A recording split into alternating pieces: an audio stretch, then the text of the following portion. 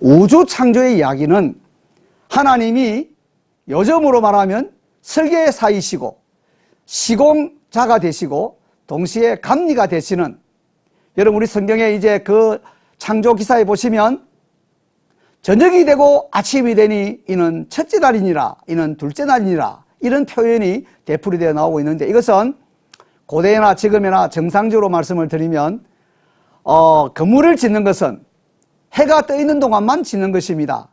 물론 우리가 밤에 불을 켜고 하지만 그대로 돌아가면 해가 지면 모든 건축은 중단되는 것입니다. 그래서 이 하나님이 설계 도면을 따라서 건물을 지으시는 모습이 하루 단위로 주어지는 표현인 것입니다.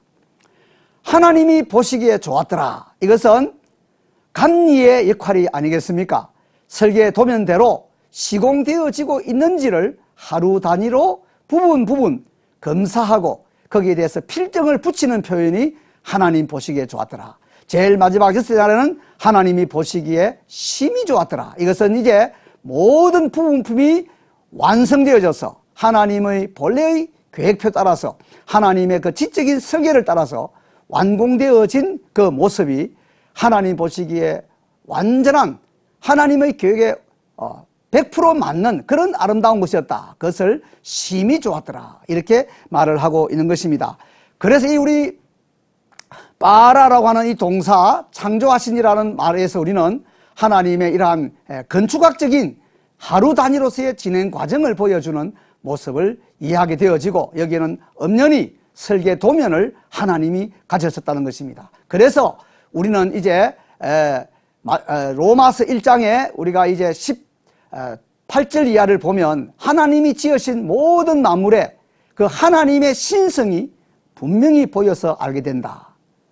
미물에서부터 우주에 이르기까지 우리의 모든 지어진 것들은 하나님의 설계 도면을 따른, 그래서 하나님이 지으신 피조물 중에서 가장 놀라운 지으심이 신묘막측한 것은 바로 인간입니다. 인간의 몸의 구조를 잘 보시면 하나님의 전능하심이 보여지고 있는데, 이거 다 우리가 하나님의 설계도를 따라서 우리 인간도 지어진 것이다. 이런 점으로 이해를 하게 되는 것입니다. 재미있는 것은 우리가 이제 이 건축학적으로 우주 창조를 그림을 그리고 있다 하는 것을 설명할 때, 여러분 중에서 혹시 출애굽기서의 거의 37%에 해당되는 긴 이야기, 즉 성막을 짓는 이야기가 혹 연결이 될지 모르겠습니다. 우리 지금 이 우주 창조하는 일에 하나님이 가라사대라고 하는 표현이 엄밀하게 7번 나오고 있는데, 이 표현이 놀랍게도 출애굽기 25장부터 또 이렇게 30장까지 또 35장부터 40장까지 있는 이 긴 성막의 이야기 속에도 정확하게 하나님이 가라사대라는 말이 이렇게 7번 나오고 있는 것입니다. 뿐만 아니라 하나님이 보시기에 좋았더라 라는 표현과 유사한 표현이 이 성막을 짓는 일에도 나타나고 있는 것입니다.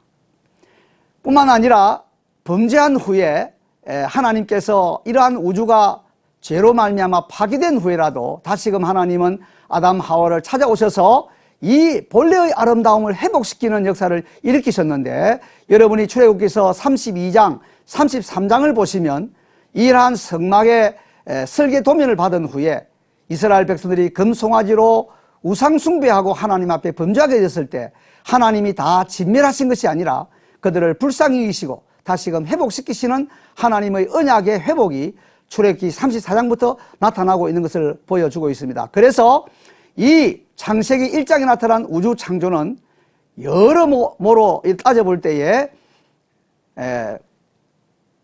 건물을 짓는 하나의 건축적인 진행 과정의 모사인 것을 우리가 이해하게 되어지는 것입니다. 세 번째 요소는 이제 하나님께서라고 하는 단어입니다. 사실 이 유대인들은 하나님을 이해할 때에 복수로 사용했습니다. 엘로힘이라고 하는 복수를 사용했는데, 놀랍게도 이 동사는 제가 방금 쓴 것처럼 이것은 3인칭 남성 단수입니다. 하나님이라고 하는 주어는 복수인데 왜 단수를 썼을까요? 이것이 유대인들에게도 우리 그리스도인들에게도 굉장히 심오한 질문인 것입니다. 만일 하나님이란 단어에 이 동사를 복수로 쓰면 그때는 우리가 뭐라고 번역하는가 하면 하나님이라고 번역하지 않고 이방 신들로, 이 세상의 인간들이 만드는 신들을 여전히 히브리어로는 엘로힘, 하나님이라고 말하는 것입니다. 여기에 이제 하나님이라고 하는 이 우주를 설계하시고 시공하시고 감리하신 분이 하나님이신 사실을 강조할 때에 이 하나님은 복수 형태로 쓰여지고 동사는 단수 형태로 쓰여졌다는 것입니다. 다음 시간에 제가 좀 더 자세하게 이 문제를 다루겠습니다만은 바로 여기에 우리 그리스도인들이 고백하는, 우리가 믿는 하나님은 이스라엘 사람들처럼 여호와 일위일신, 예수님도 인정하지 아니하고 성령님도 인정하지 아니하는 이러한 하나님이 아니라 우리가 믿는 하나님은 구별된 세 위로 계시지만 성부, 성자, 성령 하나님, 그 하나님이 본질상 한 하나님이시라고 하는 이 사실을 놀랍게도 우리 창세기 1장 1절에서부터 이 내용들을 엿보게 되는 것입니다. 사실 지금 지구상에 지구상에 우리 일본 사람들을 보면 800만의 이러한 귀신들을 섬기는, 잡신들을 섬기는 것이고, 우리나라에도 여러 종류의 지방신들, 토속신들이 있는데 한 하나님을 믿는, 유일신을 믿는 사실 종교는 유대교와 이슬람교와 우리 그리스도교 세 가지밖에 없는 것입니다.